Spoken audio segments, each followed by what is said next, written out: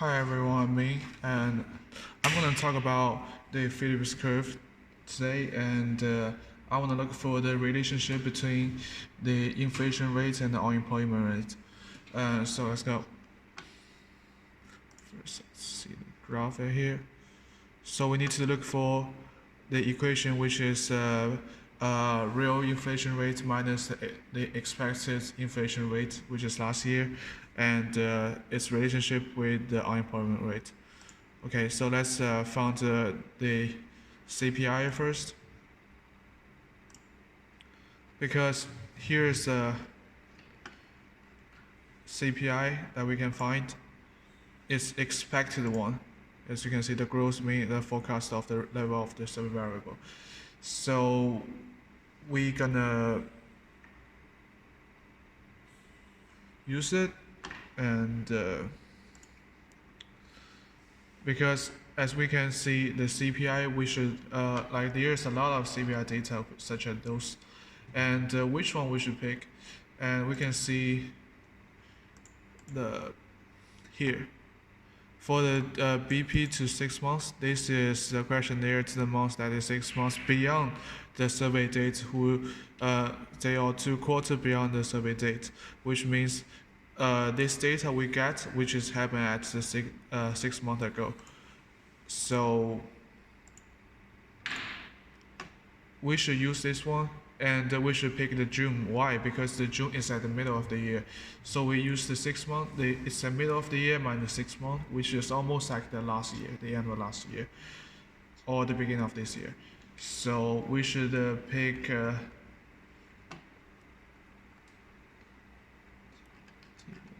it's 18, those number.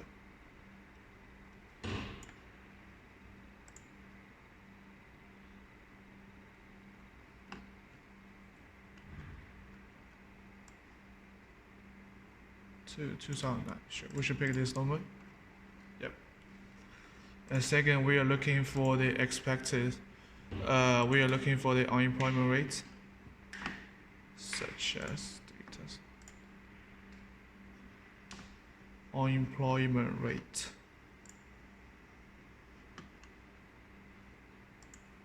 Change the data for a little bit.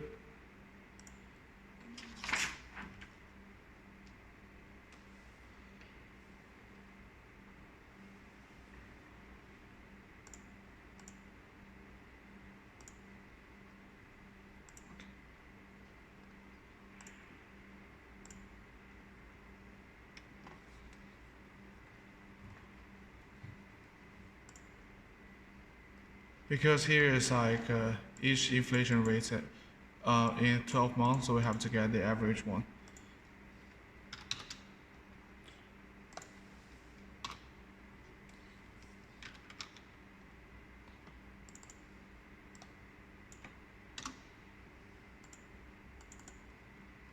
Sure. And then finally, the real inflation rate. So we need to find the CPI as well, which is the real.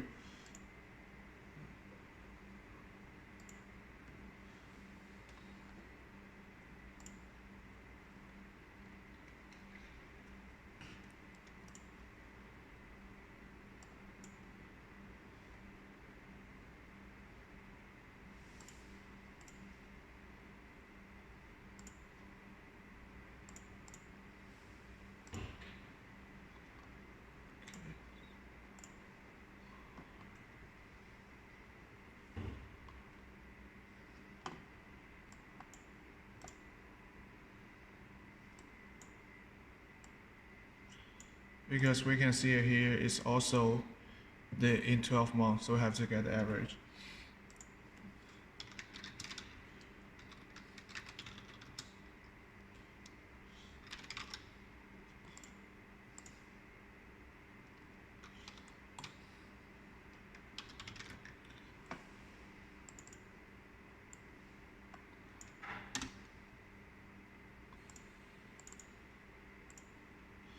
And because the inflation rate, which is equal to the change of the CPI, so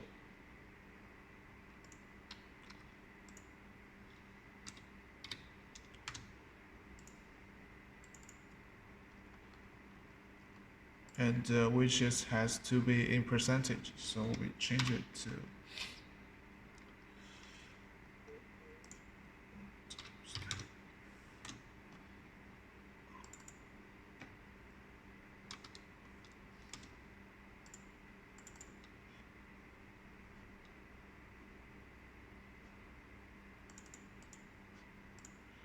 okay, this one is real interest rate, real inflation rate.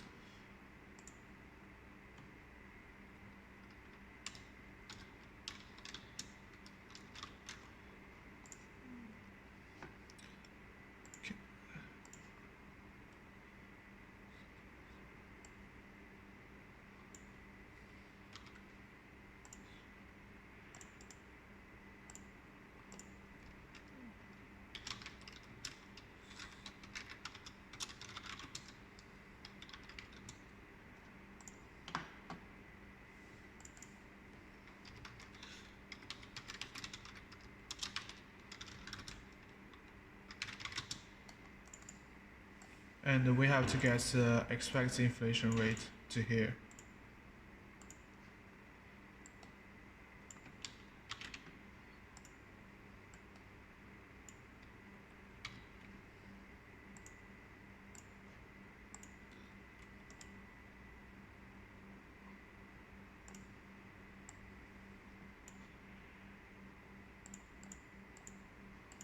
Okay.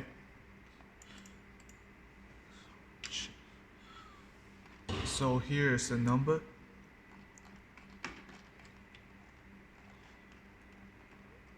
Then third, we have to get the change between real interest rate and expected exchange rate.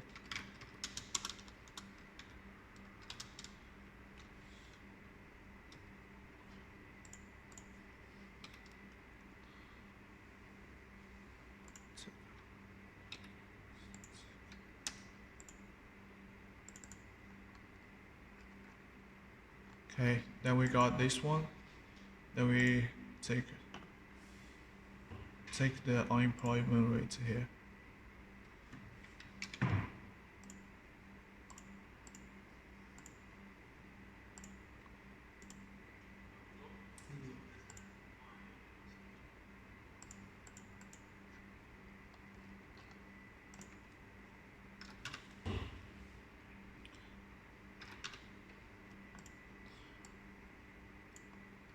So then we need to draw the graph.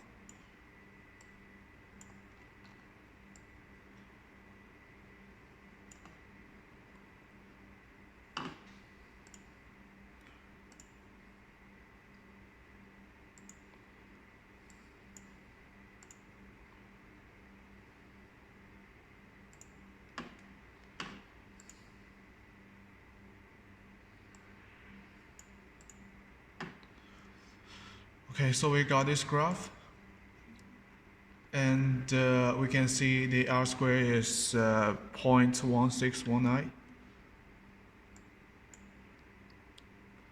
0.1619. Then we run the regression for that.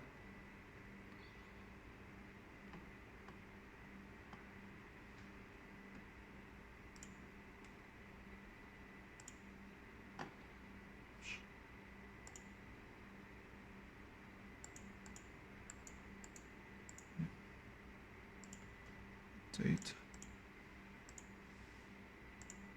Yeah, we already have it. Regression, okay. The Y range, which is this one. Exchange, which is this one. Okay, let's go.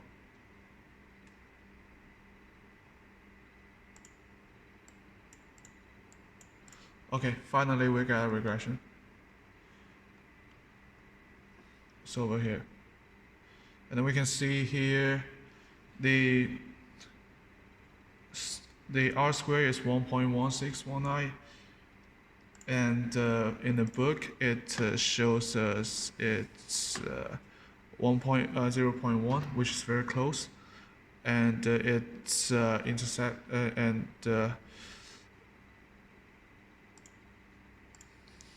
its intercept is 1.5, and mine is 1.5, and it is 1.4, which is close as well. And first, why the equations make sense? Because it draw the relationship between the inflation rate change and the employment rate, and which and we can see in the regression line here, the p-value is significant in 5%. So which means there's the relationship between them is correct. It's significant in 5%. And why nature rate is 6%, 6.4% in the book? Because when the difference between the real inflation rate and the expected inflation rates are same, which is at 0.0, we show up the inflation rate is 6.4%, and it is also the nature rate of the unemployment rate. So that's why. Okay, thank you very much, Professor. That's all.